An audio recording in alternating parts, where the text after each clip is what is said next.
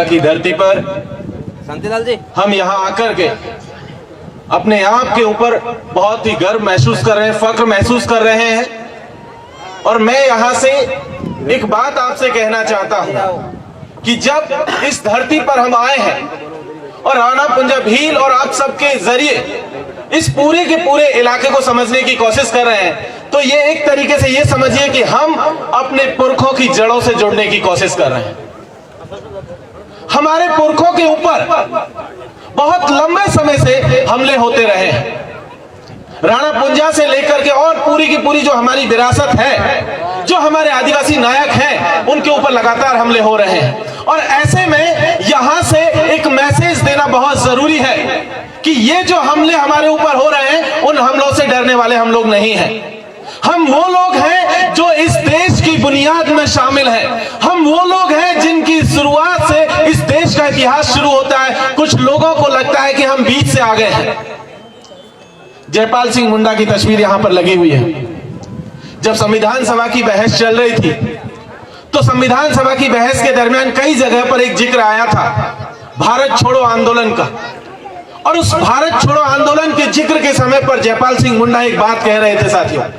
उन्होंने कहा था कि ये भारत छोड़ो आंदोलन जो अंग्रेजों के खिलाफ इस देश ने छेड़ा हुआ है, ये बिल्कुल सही है, लेकिन इसके साथ साथ इसके बाद में और जो लोग बाहर से आए, चाहे वो मुगल हो, चाहे कोई और हो, आर्यंस हो, तमाम लोगों को भी भारत से छोड़ना होगा। और ये देश तभी जाकर के सच्चे मायनों में आदिवासी मुल्क होगा और आदिवासियों का देश होगा। साथियों, ये बात यहां से समझनी पड़ेगी।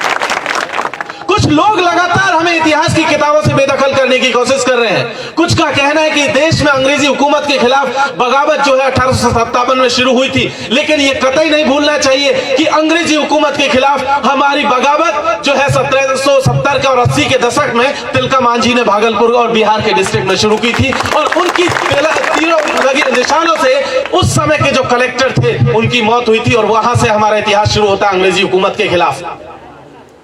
ये बिल्कुल नहीं भूलना चाहिए कि किस तरीके से टंटा मामा ने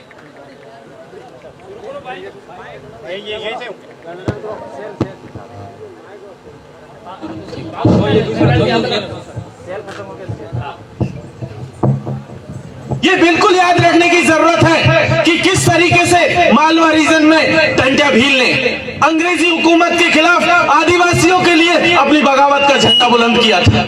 ये बिल्कुल याद रखने की जरूरत है साथियों। ये भी याद रखने की जरूरत है कि गोंडवाना के इलाके में बाबूराव सेठमाके ने अंग्रेजी हुकूमत के खिलाफ बगावत का झंडा बुलंद किया था और आदिवासियों को मजबूत किया था। हमें बिल्कुल नहीं भूलने की जरूरत है कि किस तरीके से मुगल हुकूमत के खिलाफ रानी दुर्गावती ने, गोंडवाना की महारानी ने मुगलों के खिलाफ बगावत का झंडा बुलंद किया था और आदिवासियों को मजबूत किया था। ये याद करने की जरूरत है साथियों। कल शाम हम बैठे हुए थे डूंगरपुर में कांति भाई रौत के साथ में, कालीबाई भील कलशुआ की मूर्ति के नीचे। पहली दफा हमने वहां देखा कि किस तरीके से हमारे नायकों को किताबों से बेदखल कर दिया गया, लेकिन हमारे यहाँ के आदिवासी परिवार और आदिवासी समाज के तमाम साथियों ने मिलकर के कालीबाई भील कलशुआ की यहाँ पर मूर्ति स्थापित की, और यह हमारे लिए बहुत फख्र की बात है साथियों।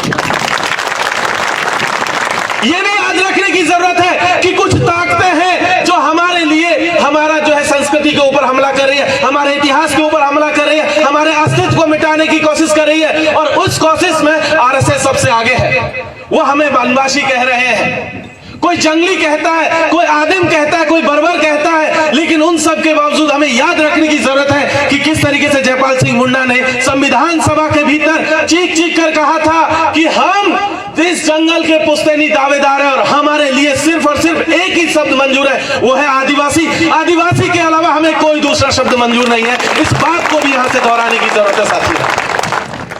एक चीज इस देश में हम लोग लगातार देख रहे हैं, आदिवासियों के ऊपर दो हमले सबसे बड़े हो रहे हैं आज की तारीख में। पहला है उनके अस्तित्व के ऊपर हमला। अस्तित्व हमारा किस चीज से? जिस जमीन पर हम बैठे हैं, इस जमीन से हमारा अस्तित्व है। अंग्रेजी हुकूमत के दौर से लगातार हमारे ऊपर हमले हो रहे हैं, हमारी जमीनों को छीना गया और वो हमले आज तक बदस्तूर जारी है। याद कीजिए, झारखंड के भीतर पिछले 70 सालों से झारखंड के आदिवासियों ने नेतरहाट में मूवमेंट चलाया हुआ था। वो नेतरहाट का मूवमेंट पिछले महीने जाकर के खत्म हुआ। 70 साल और उसी तरीके का संकट यहां पर भी है सेंचुरी के नाम पर। ये याद करने की जरूरत है कि इसी तरीके का एक आंदोलन छत्तीसगढ़ के भीतर सिलगेर के आदिवासियों ने चलाया हुआ है कि किस तरीके से वहां पर आदिवासियों की जमीनों को लगातार छीना जा रहा है। कहा जा रहा है कि यहां पर पुलिस कैंप बनाया जाएगा, लेकिन हम जानते हैं कि ये पुलिस कैंप के नाम पर दरअसल हमारी जमीनों को, हमारे